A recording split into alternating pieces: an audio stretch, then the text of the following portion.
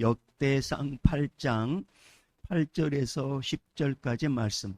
자, 우리 다 찾으신 줄 알고 우리 다 같이 일어나셔서 한 절씩 교독하고 10절은 우리 함께 같이 보겠습니다. 제가 먼저 8절 보겠습니다. 사라임은 두 아내 후심과 바라를 내보낸 후에 모압 땅에서 자녀를 낳았으니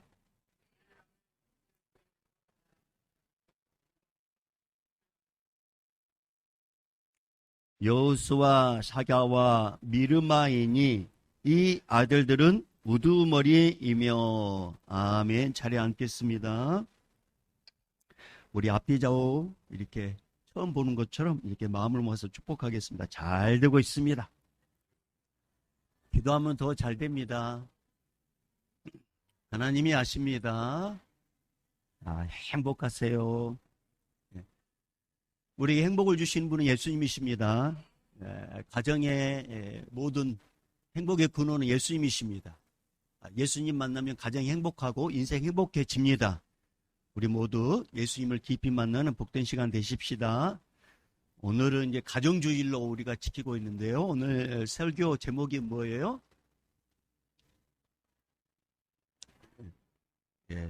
제목 안에 모든 게 들어있죠.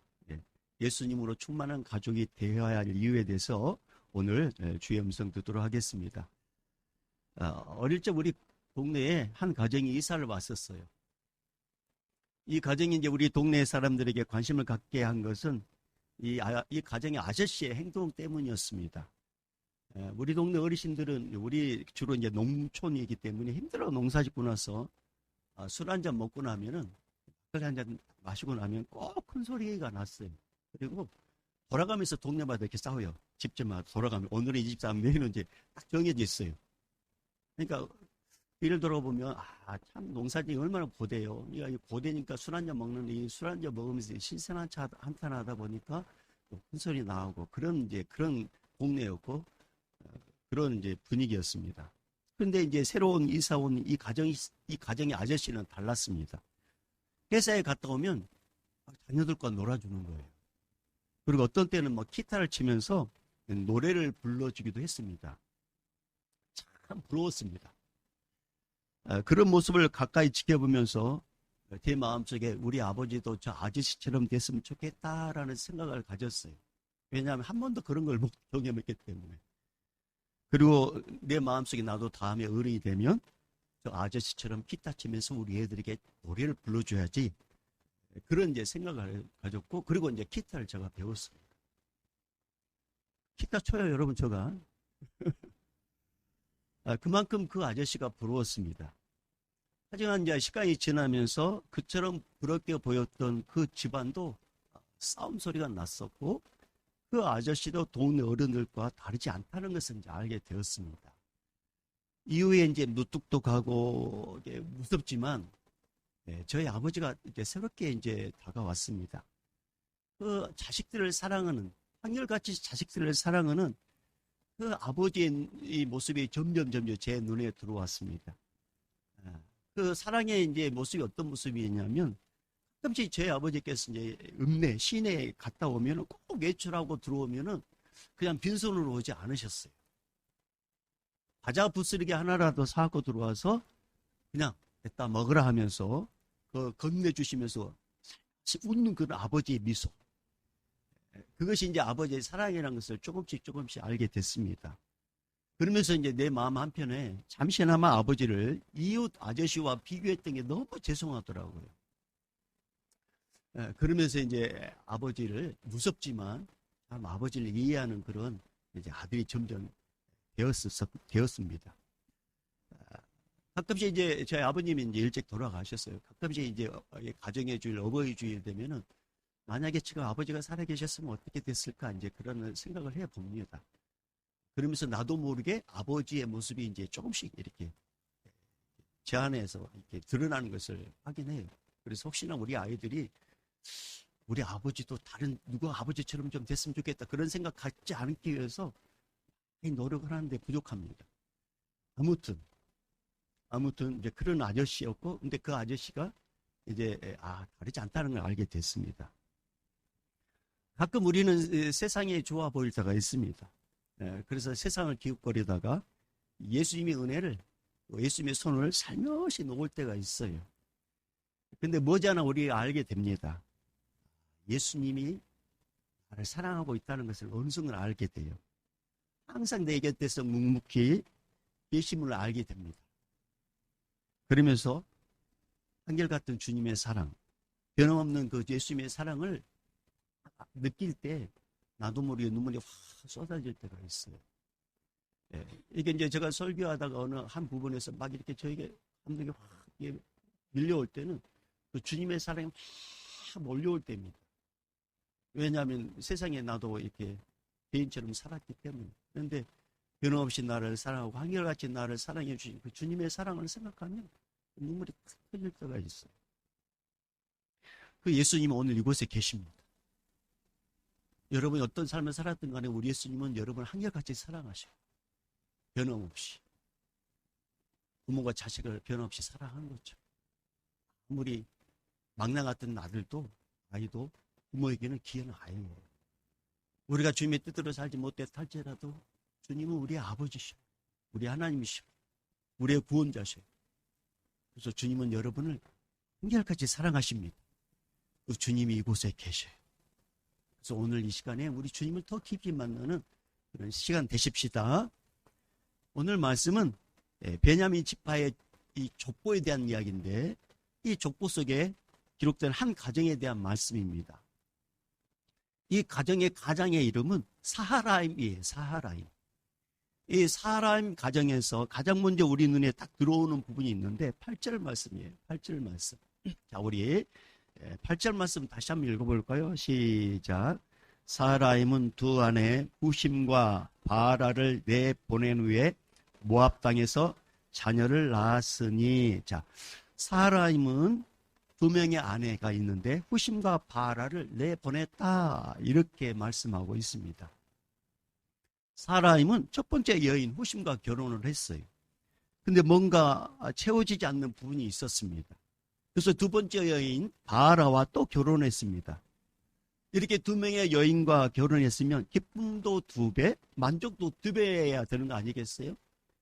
그런데 사라임은 오히려 두 명의 여인과 헤어지게 됩니다. 성경은 사라임이 이 두 명의 여인을 무엇 때문에 내보냈는지, 여기 이 문어체에는 그냥 부드럽게 내보냈다고 하지만 실질적으로 이 히브리어 원문에는 이혼했다, 그런 뜻입니다. 그런데 왜 이혼했는지, 왜 이 두 명의 여인을 내보냈는지 밝히지는 않아요. 그런데 히브리 원어를 보면 유추할 수가 있습니다. 첫 번째 여인 이 후심이라는 이름의 뜻을 보면 이 여인이 어떤 여인인지를 알 수 있어요. 후심이라는 이 히브리의 원어의 뜻은 뭐냐면 서두르다, 재촉하다, 흥분하다, 강요하다, 찌르다, 그런 뜻을 갖고 있어요. 그러니까 후심이라는 이 여인은 정서적으로 불안하여 긴장하고 조급하고 서두르고 그리고 재촉하고 또 쉽게 흥분을 잘하고, 그래서 어떤 문제가 있으면 남편에게 강요하고 말과 행동으로 달달달 볶는 여인, 그런 여인의 성격이 바로 후심이었습니다. 그러니까 행복한 가정에 대한 기대를 갖고 결혼을 했는데 집에 오면 늘 싸우고 혼소리 나고 평안이 없는 생활이 지속되었어요. 도저히 살 수가 없었어요. 그래서 후심이라는 여인을 돌려보냅니다. 부드러운 말로. 근데 이혼한 거죠. 그러면 사라임은 다른 여자를 만나면 행복할까? 그래서 새로운 기대감과 소망을 가지고 새로운 아내를 맞이하는데 그 두 번째 아내의 이름이 누구라고요? 바라입니다. 바라. 그럼 이 바라라는 이 여인의 히브리어 원문을 보면 이런 뜻을 갖고 있어요. 소모하다, 불태우다, 파괴하다, 잔인하다, 야만적이다, 짐승처럼 사납다. 한마디로 말하면 잔인하고 어리석음을 의미를 갖고 있어요. 그러니까 이 바라는 이 여인은 남편 사라임을 육체적으로, 정신적으로, 영적으로 에너지를 소모시키고 파괴하고 남편의 속을 타개하고 기를 죽이고 고집이 세고 그리고 자기 생각과 뜻이 맞지 않으면 짐승처럼 돌변해가지고 매우 싸납게 바뀌는 여인이 바로 이 바라였습니다. 그러니까 이 바라와 같은 여인과 살다가 이 사라임이나 이 남편이 피가 마를 것 같아요. 불안하여 도저히 살 수가 없어. 여러분, 가정을 이루는 이유가 뭐예요? 평안이잖아. 집에 오면 뭔가 정말 편안하게 쉬고 싶고. 근데 집에 오면 첫 번째 여인을 통해서도 완전히 이제 망하고, 두 번째 여인인데 이 여인은 더 싸나워. 그래서 사라임은 눈물을 머금고 두 번째 여인도 돌려보냅니다. 사랑하는 여러분, 왜 사라임은 행복하고 즐거운 결혼 생활을 꿈을 꿨었는데 그런 마음으로 첫 번째 결혼하고 또 두 번째에도 결혼했음에도 불구하고 그 행복을 누리지 못했을까? 왜 그랬을까요? 그것은 바로 욕심이라는 죄 때문에 그렇습니다. 대체 하나님은 에덴 동산을 창조하시고 가정을 만들었습니다. 하나님은 아담을 흙으로 만든 후에 그 코에 생기를 불어넣어 생명이 되게 했습니다. 하나님은 아담 혼자 독차는 것이 좋지 않게 보여서 돕는 배필을 주고 싶었어요. 그래서 아담이 잠든 사이에 아담의 갈비뼈를 뽑아서 흙으로 채워가지고 여자를 만듭니다. 그리고 아담에게 데려갑니다. 아담이 여자를 보죠. 얼마나 기뻤는지 이렇게 성경에 기록됐어요. 이는 내 뼈 중에 뼈요 살 중에 살이라. 감탄하고 행복에 막 겨워합니다. 하나님은 이렇게 행복한 가정을 이 아담에게, 하와에게 에덴 동산에 이렇게 창설하게 했어요. 근데 행복한 가정을 파괴하는 존재가 있었습니다. 바로 사탄입니다. 사탄이 하와에게 찾아와가지고 선악과를 따서 먹게 합니다. 하와는 하나님처럼 될 수 있다는 이 사탄의 말에, 거짓말에 속아서 선악과를 따 먹고, 그리고 이 선악과를 아담에게 또 줘서 먹게 합니다. 그리고 이렇게 해서 죄가 들어와요. 하나님께서 아담에게 왜 열매를 먹었냐라고 이렇게 물었을 때 아담은 이렇게 이야기합니다. 하나님이 주셔서 함께 있게 한 여자가 줘서 먹었습니다. 여자에게 책임을 돌립니다. 하와는 또 뱀에게 책임을 돌립니다. 서로 돕는 배필로 줬는데 죄가 들어오자 서로 정죄하고 책임을 전가시키는 가정이 파괴되는 그런 관계가 되고 말았습니다. 하나님께서 창조한 처음 인간은 서로 사랑하고 서로 배반하지 않도록 창조했어요. 그러나 인간이 하나님이 되고 싶은 마음으로 타락한 후에 인간은 더 이상 자신의 배우자를 사랑하지 않습니다. 책임지려고 하지 않습니다. 어떤 문제가 생기고 뭔가 수가 틀어지면 금방 불같이 화가 냅니다. 행복이라는 이 단어가 어느 순간에 확 사라지고 차가움으로 딱 바뀌게 됩니다. 타락한 인간은 결혼 후에 급격히 사랑이 식어집니다. 그리고 다른 쪽으로 자꾸 눈을 돌려요. 타락한 인간은 자기 만족을 위하여 배우자를 이용합니다. 그러다가 마음에 들지 않으면 배우자를 이혼이라는 제도를 이용하여 버립니다. 이렇게 타락한 죄인의 모습입니다. 서로 사랑하여 이룬 가정이 죄로 인해 깨어지고, 서로 사랑으로 이룬 가족이 죄로 인해 흩어지고, 생육하고 번성하고 땅에 충만한 말씀이 이루어지기 위해서 주님께서 가정을 세웠는데, 자녀들이 부모가 싸우는 모습을 보면서 자녀들이 딱 그 생각을 버려요. 나 결혼하지 않을 거예요. 나 저렇게 싸워서 결혼한다면 나 결혼하지 않을 거야. 그러면서 결혼을 거부하는 죄를 어른들이 만들었어요. 어쩌면 우리 자녀들이 어른들의 피해자인 거죠. 결국 타락한 인간은 하나님 말씀의 불순종으로 인해서 이 땅에서도 후회하고 한식하며 제대로 행복도 느껴보지 못하고 평생 서로 싸우고 서로 얼굴 붉히고, 그리고 죽어서도 죽기 전에 후회하고 그렇게 살다가 죽어서는 영원한 고통과 한식과 후회와 아픔이 있는 지옥불에 떨어지는 존재, 비참한 존재, 그게 바로 우리 인간의 본론입니다. 그런데 말입니다. 은혜롭고 자비롭고 사랑이 무한하신 우리 하나님 아버지께서 좀 행복한 가정, 서로의 기쁨이 넘치는 그 가정, 이 가정을 회복시켜주고 싶었어요. 그래서 놀라운 일을 딱 작정하시는데 그 일은 뭐냐? 우리의 진정한 신랑 되시고 가정을 사랑하시고 우리 한 사람 한 사람을 사랑하시는 성자 하나님을 이 땅에 보내는 일인데 그분이 이 땅에 오셨습니다. 그분이 누구냐? 바로 예수 그리스도십니다. 약속대로 오신 우리 예수님은 인간의 죄의 욕심에 끌려서 인간의 욕망을 채우려고 부인을 버리고 남편을 버리고 다른 곳에 눈을 돌리는 이 인간들을 불쌍히 여기서 찾아오셨어요.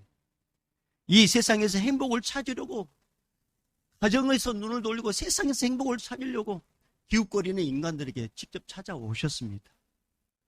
그런데 그 누구도 우리 예수님을 몰랐어요. 여러분 요한복음 4장에 보면 예수님께서 사마리아의 수가라는 한 마을에 들어가십니다. 그리고 우물가에 딱 앉아서 한 사람을 기다려요.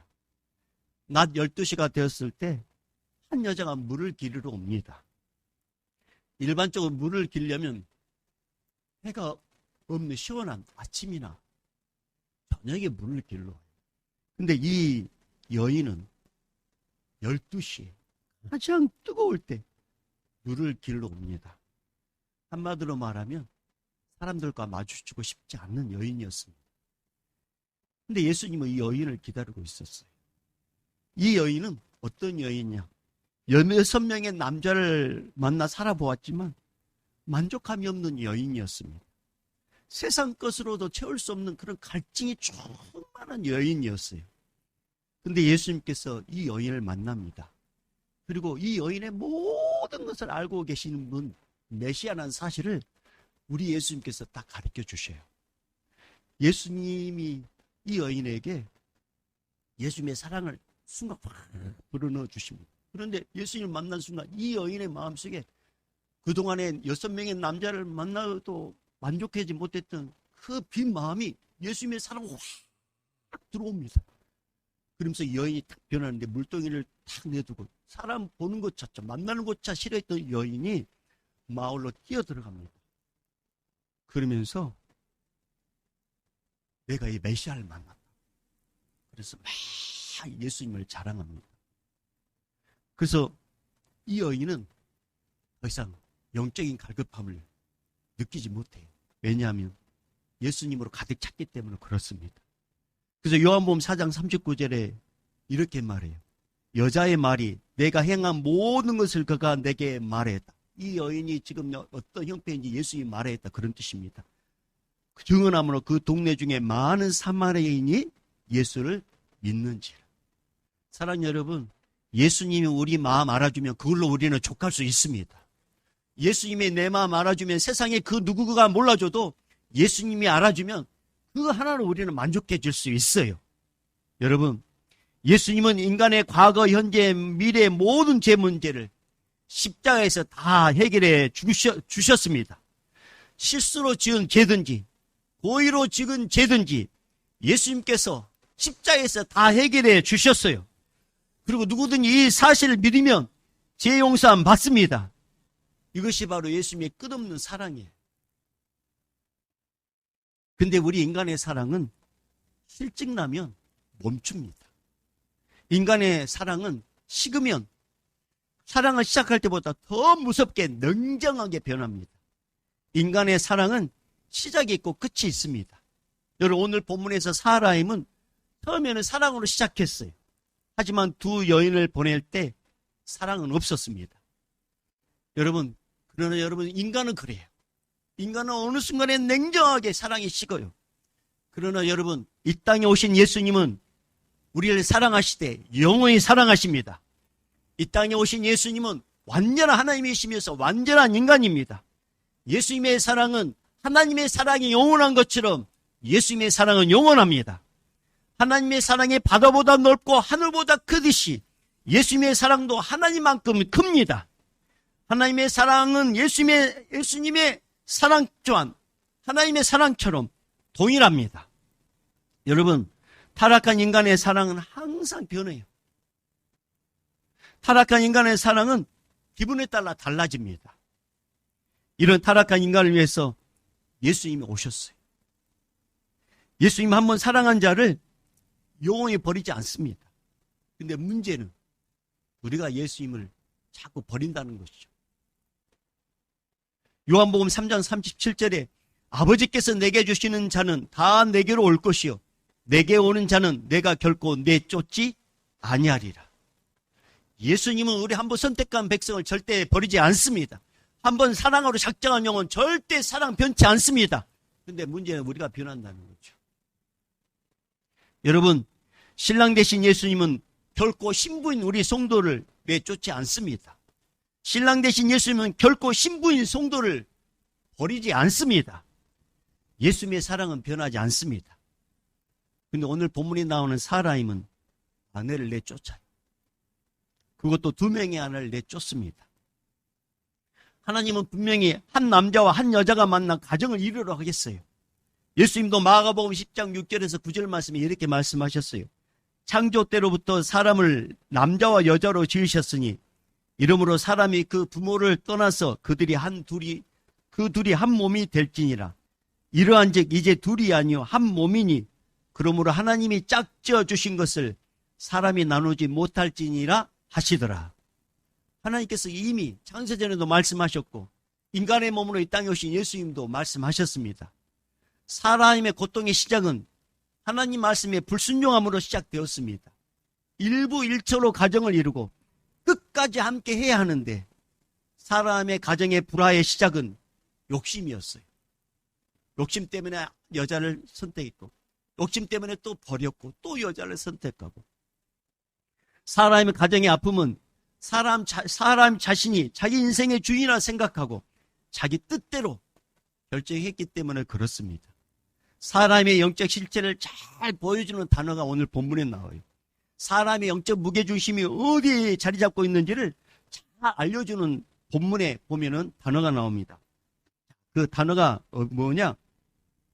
자, 9절, 10절 말씀 읽어봅니다. 8절 말씀 다시 한번 볼게요. 8절 시작. 사람이 두 아내 후심과 바알을 내보내는 위에 모압 땅에서 자녀를 낳았으니, 자, 여기서 모압 땅이 나옵니다. 모압 땅. 모압 땅은 하나님 원하지 않는 곳이에요. 하나님의 백성은 약속의 땅 가나안에 있어야 돼요. 신명기 11장 11절 12절 보면 가나안 땅을 향하여 우리 하나님께서 이렇게 말씀하셔요.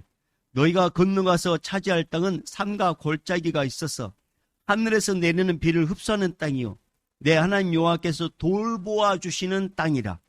연초부터 연말까지 내 하나님 여호와의 눈이 항상 그 위에 있느니라. 여러분, 이스라엘 백성은 가나안 땅에 있어야 돼요. 그 땅에 있을 때 하나님의 돌보심을 볼 수 있어요. 그런데 이 사람은 지금 모압 땅에 있어요. 모압 땅. 그러니까 이 모압 땅에 있다는 의미는 영적 무게중심이 지금 하나님을 떠나서 세상에 가 있다는 거예요. 여러분, 우리 예수님은 분명히 이렇게 말씀하셨어요. 사랑하는 자여, 내 영혼이 잘됨 같이 범사가 잘되고 강건하기를 원하노라. 여러분, 인간은 예수님 안에 있어야 합니다. 영적 무게중심이 세상에 있으면 세상의 영향을 받아요. 하지만 영적 무게중심이 예수님 안에 있으면 예수님이 함께 하십니다. 예수님이 도우십니다. 영적 무게중심이 예수님 안에 있으면 예수님이 예수님을 닮도록 도우십니다. 영적 무게중심이 예수님 안에 있으면 예수님의 사랑으로 충만하게 은혜를 부어 주십니다. 여러분, 아무리 깊이 사랑하고 내 곁에 있는 자가 나를 배신해도 예수님이 함께 하시면 그 영혼을 우리는 용납할 수 있고 그 영혼을 품을 수가 있어요. 그런데 영적인 무게중심이 예수님을 떠나서 세상에 있으면 사랑했던 사람이 어느 한순간에 딱 돌변하잖아요. 그리고 얼음처럼 차갑게 변하는 게 바로 우리 인간입니다. 아무리 깊이 사랑해도 인간의 사랑은 영적 무게중심이 예수님에서 벗어난 세상에 있으면 오래 지속되지 못해요. 하지만 예수님 안에 우리가 영적 무게중심을 다 붙잡고 있으면 원수 같던 남편이라 할지라도 원수 같던 아내라 할지라도 주님이 하나로 묶어 주십니다. 영원히 변하지 않는 사랑으로 예수님이 함께해 주십니다. 왜냐하면 우리 예수님은 사랑이니까. 그래서 여러분 누구든지 예수님께 나오면 완전하고 영원한 주님의 사랑을 체험할 수 있고 느낄 수가 있어요. 그래서 여러분 따라합니다. 예수님 안에 있으면 예수님의 사랑 안에 거한다. 그렇습니다. 사람의 문제가 뭐였느냐? 가나안 땅에서 모압 땅에 있었던 거. 우리가 왜 사랑이 식어지냐? 영적 무게중심이 예수님이 아닌 세상에 자꾸 이렇게 나가기 때문에 그렇습니다. 그러나 우리가 언제든 예수님께 다시 영적 무게중심을 딱 잡으면 주님의 사랑이 회복됩니다. 여러분 요한복음 21장에 보면 부활하신 예수님께서 믿음 없는 제자들에게 찾아와요. 분명히 예수님께서 부활의 몸을 보여줬지만 이 제자들이 옛생활로 다시 돌아가서 또 고기잡이를 하고 있습니다. 새벽 미명에 예수님께서 이제 제자들을 찾아오는데 그 무태 불을 피워놓고 떡과 고기를 구워놓고 제자들을 딱 기다립니다. 그리고 추운 아침, 여러분 새벽 미명이 얼마나 춥겠어요. 그 제자들 그곳에 불 곁에 불러 모아서 따뜻하게 몸을 데우고 그 다음에 떡과 그 다음에 구운 고기를 먹게 합니다. 그리고 예수님을 3번 부인했던 베드로에게 예수님께서 딱 이렇게 몸을 향하셔요. 그리고 베드로에게 3번을 물어봅니다. 뭐라 물어보시냐? 요한 아들 시몬아, 여기 있는 이 사람들보다 네가 나를 더 사랑하니? 이렇게 물어봐요. 그때 이 베드로가 예수님의 그 물음에 이렇게 대답합니다. 주님 그렇습니다. 내가 주님을 사랑하는 줄 주님께서 아십니다. 그때 예수님께서 사명을 주신대. 내 어린 양을 먹이라. 이렇게 한 번만 물으면 얼마나 좋겠어요. 그런데 3번 부인했잖아요. 그러니까 3번을 다시금 내가 너 사랑한다는 것을 확인시켜주고 사명을 줘요. 영적 무게중심이 예수님을 벗어나서 세상을 향해서 예수를 부인했던 그 베드로를 예수님께서는 다시금 영적 무게중심 예수님께 딱 오게 만들어가지고 주님의 사랑으로 충만하게 채워주셔서 내가 너를 사랑한 것처럼 나의 사랑으로 내 양을 먹이고 내 양을 칠하고 이렇게 사명을 줍니다. 사랑 여러분, 예수님 안에 있으면 이 세상에 어떤 사랑도 비교할 수 없는 예수님의 사랑이 흠뻑 젖게 됩니다. 예수님 안에 있으면 원수도 불쌍하게 여겨져요. 예수님 안에 있으면 자신의 부족함 때문에 부끄러워하지 않습니다. 예수님 안에 있으면 자신의 어리석음 때문에 한탄하지 않습니다.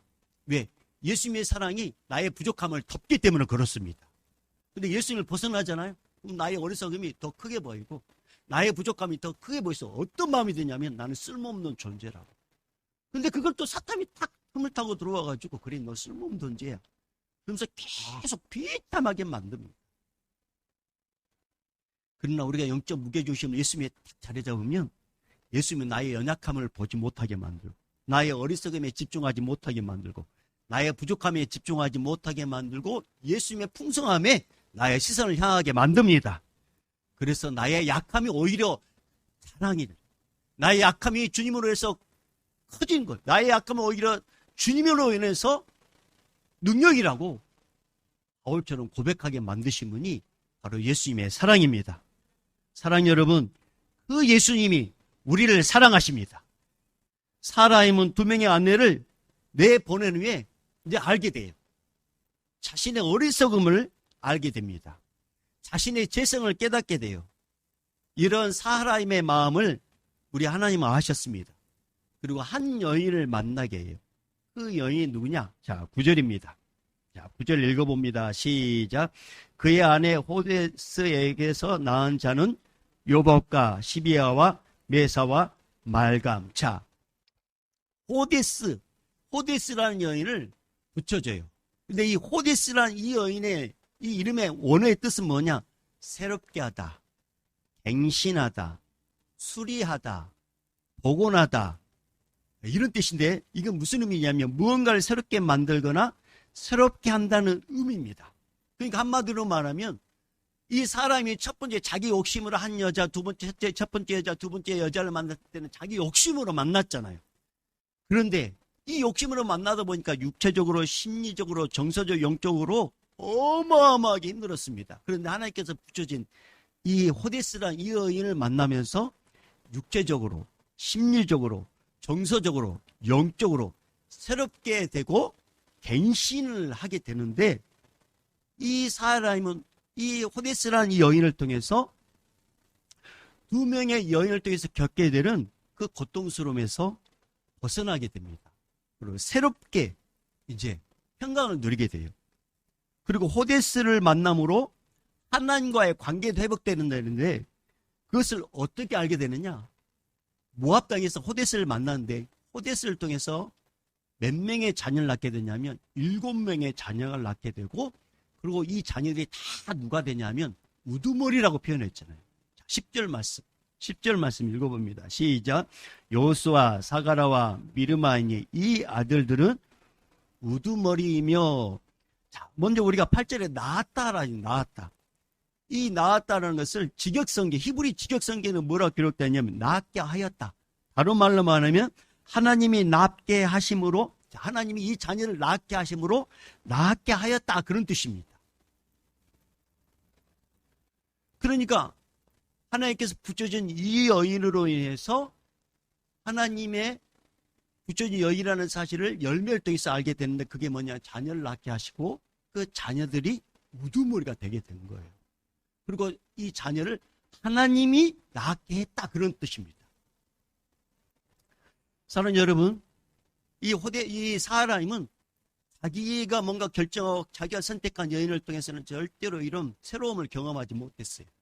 그런데 호데스, 이 새롭게 하는 그 여인을 통해서, 주님이 붙여진 그 여인을 통해서 마음이 안정되고, 그러면서 이제 가정이 이렇게 자녀들이 낳고 우두머리가 되게 됩니다. 여러분, 우리 자신은 우리 스스로를 새롭게 할 수 없어요. 우리 자신은 우리를 절대로 새롭게 할 수 없어요. 그러나 우리를 새롭게 하신 분이 계십니다. 예수 그리스도십니다. 누구든지 그리스도 안에 있으면 새로운 피조물입니다. 이전 것은 지나갔으니 보라 새 것이 되었도다. 여러분, 우리 인생을 새롭게 하신 분은 예수님 뿐입니다. 우리가 아무리 노력해도 우리는 새로운 존재가 될 수 없어요. 그러나 예수님은 우리를 얼마든지 새롭게 하실 수 있습니다. 왜냐하면 그분은 하나님이십니다. 여러분, 사도행전 9장에 보면 사울이라는 사람이 나와요. 이 사람은 예수 믿는 사람들을 잡으러 다니는 하나님 나라의 걸림돌이었어요. 그런데 예수님께서 강권적으로 이 사울을 만나줍니다. 다메섹이라는 곳으로 예수 믿는 사람은 잡으러 갈 때 갑자기 강력한 빛으로 부활 예수님이 이 사울을 만나줘요. 그리고 예수님께서 이 사울을 변화시켜요. 그래서 예수님을 믿는 사람을 잡으러 갔던 이 사람이 이제는 예수님을 전하는 자로 바뀝니다. 그런데 사울이 변해서 바울이 되는데, 사울 스스로 이렇게 바뀐 게 아니에요. 예수님이 하나님 나라의 걸림돌을 하나님 나라의 디딤돌로 변화시켜 주셨습니다. 하나님 나라의 쓸모없는 존재를 예수님께서 하나님 나라의 귀한 존재로 바꿔주셨어요. 이렇게 바꿔주신 분이 바로 예수님이십니다. 여러분, 우리를 바꾸실 분은 예수님이셔요. 우리 자녀를 바꾸실 분 예수님이셔요. 여러분은 안 돼요. 우리는 안 돼요. 그 누구도 우리를 바꿀 수 없어요. 그 누구도 우리 자녀를 변화시킬 수 없어요. 그런데 바꾸시는 분이 계십니다. 예수 그리스도. 변화시켜 주신 분이 계십니다. 예수 그리스도. 여러분, 예수님은 누구든지 변화시킬 수 있습니다. 예수님은 시대를 변화시키고, 할렐루야. 예수님은 상황을 변화시키고, 예수님은 인생을 변화시켜 주십니다. 여러분, 그래서 가족 한 사람 한 사람이 예수님을 만나면, 가족 한 사람이 예수님으로 충만하면 그 가족은 변화됩니다. 그 영혼들은 변화됩니다. 그리고 가족 한 사람이 예수님으로 충만하면 행복도, 즐거움도, 기쁨도 예수님이 주십니다. 그리고 예수님의 가정으로 충만하게 채워주셔서 전도의 열매를 맺게 해서 하나님 나라 확장하도록 그렇게 세워주십니다. 마치 사라임에게 하나님께서 한 여자를 붙여가지고 7명의 자녀를 낳게 만들고 그들을 우두머리로 세운 것처럼, 모압 땅에서 우두머리로, 이방 나라에서 우두머리로 세운 것처럼, 우리 주님을 만나면 주님께서 여러분의 가정을 사용하시고 여러분의 자녀를 사용하셔서 새롭게 변화시켜 주셔서 우두머리로 써 주시고 세상의 빛과 소금의 역할을 감당하도록 써 주십니다. 그래서 여러분, 예수님 만난 게 중요해요. 여러분, 성도란 누굽니까? 성도란 가정의 행복은 사람이 노력한다고 되는 것이 아니라 예수님이 행복하게 하셔야 누릴 수 있는 것을 아는 자가 바로 성도입니다. 성도란 자신의 욕심과 세상의 조건으로 배우자를 선택하고 직장을 선택하고 미래를 선택하는 것이 아니라 자신의 욕심을 내려놓고 예수님의 도움을 구하는 자가 성도입니다. 성도란 나라와 민족과 교회와 특히 가정의 주인과 가족의 주인은 예수님이라고 선포하고 예수님께 온전히 맡기는 자가 성도입니다. 성도란 예수님이 함께 하실 때 세상이 줄 수 없는 행복과 기쁨과 평안을 누리게 하신다는 것을 확신하는 자가 성도입니다. 성도란 인간의 사랑은 끝이 있지만 예수님의 사랑은 영원하다는 것을 믿는 자가 성도입니다. 사랑 여러분, 우리는 누굽니까? 몇 사람은 성도라고 대답하죠. 자, 믿음으로 선포하는 게 중요해요. 우리는 누굽니까? 우리는 누구를 믿습니까? 예수를 믿습니다. 여러분, 예수님은 행복의 주관자십니다. 예수님이 우리를 새롭게 변화시키는 주관자십니다. 그래서 여러분, 인간의 사랑은 끝이 있지만 예수님의 사랑은 변하지 않아요. 인간은 행복하려고 누구를 만나고 행복하려고 누구와 결혼하고 행복하려고 가정을 세우지만 인간의 노력은 한계가 있습니다. 여러분, 불행하려고 누구를 만나지 않잖아요. 불행하려고 결혼하지 않지 않습니까? 다 행복하려고 결혼하잖아요. 불행을 생각하면서 가정을 갖고 자녀를 갖지 않습니다. 행복하려고 가정을 갖고 자녀를 낳아요. 그런데 어떻게 생각대로 되든가요? 네? 어떻게 생각하는 대로 다 돼요? 여러분 자식들 여러분 마음대로 되든가요? 안 됩니다. 안 돼요. 왜 안 될까요? 우리는 아무런 능력이 없습니다. 첫째. 그리고 두 번째, 우리의 행복을 시기하는 존재가 있어서 그래요. 우리의 행복을 질투하는 존재가 있어서 그래요. 우리의 기쁨을 극도로 혐오하는 존재가 있어서 그래요. 그게 누구냐? 마귀 사탄입니다. 우리를 죄짓게 만들어서 미워하게 만들고 행복을 깨뜨리게 만드는 마귀 사탄. 이 마귀 사탄을 우리는 또한 이길 수 없어요. 그래서 이 땅에 인간의 몸으로 오셔서 우리의 진정한 구원자가 되신 분이 계시는데 그분이 누구시라고요? 예수 그리스도.